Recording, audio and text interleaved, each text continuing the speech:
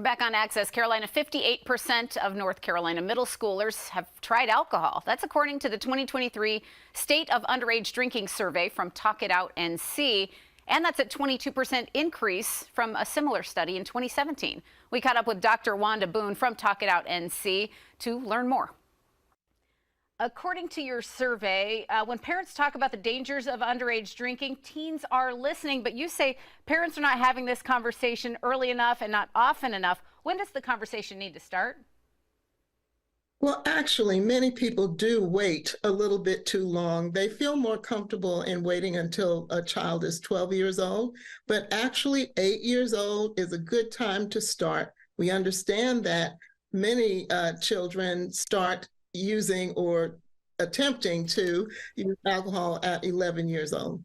Okay, so at Talk It Out NC, you really lay out 5 simple steps that parents can take with their children to prevent underage drinking. Step number 1 is just start the conversation, right? That's correct. And when we think about starting conversations with our children, we really should think about what those conversations are. Many times parents spend time talking about do the dishes, clean up your room, or something like that. What was your day like? But when we start with conversations that are easier or more comfortable, then we can ease into conversations about underage drinking. Go ahead, sorry. I was going to say, and I know that you say these have to be fact-based conversations, so come with the facts, and you say the conversation should include an explanation of the risks. What do we need to make our kids understand about that? Yes, the adolescent brain doesn't fully develop until someone is 25 years old. So underage drinking can really impact the child's brain as it is growing up, shall we say. So that's one of the most important things that children should know. Yeah, and you've got all these resources, so parents can look all this stuff up, but your step number 3 in this process is build a buddy system. This is with maybe like-minded friends who also want to stay out of trouble?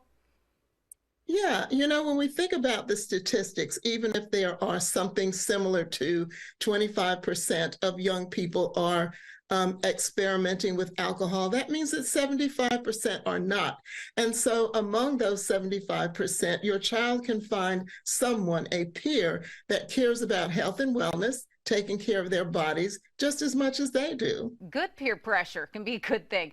Step 4 is about putting a text X plan into place. That gets you out of a risky situation. How does that work?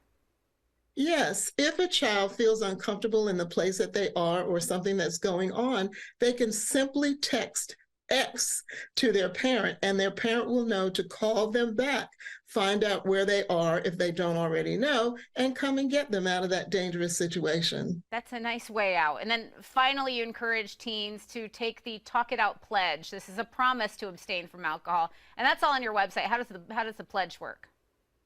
The pledge works by a child simply going through the information that's on the pledge and saying, you know what, I care about my body and I'm not going to use alcohol, so this is my pledge. And that can be found on talkitoutnc.org. All right, excellent. Dr. Boone, thank you. There are a lot of resources available on that Talk It Out NC website, including conversation tips, facts you can share, and the pledge. We'll have that info on accesscarolina.com.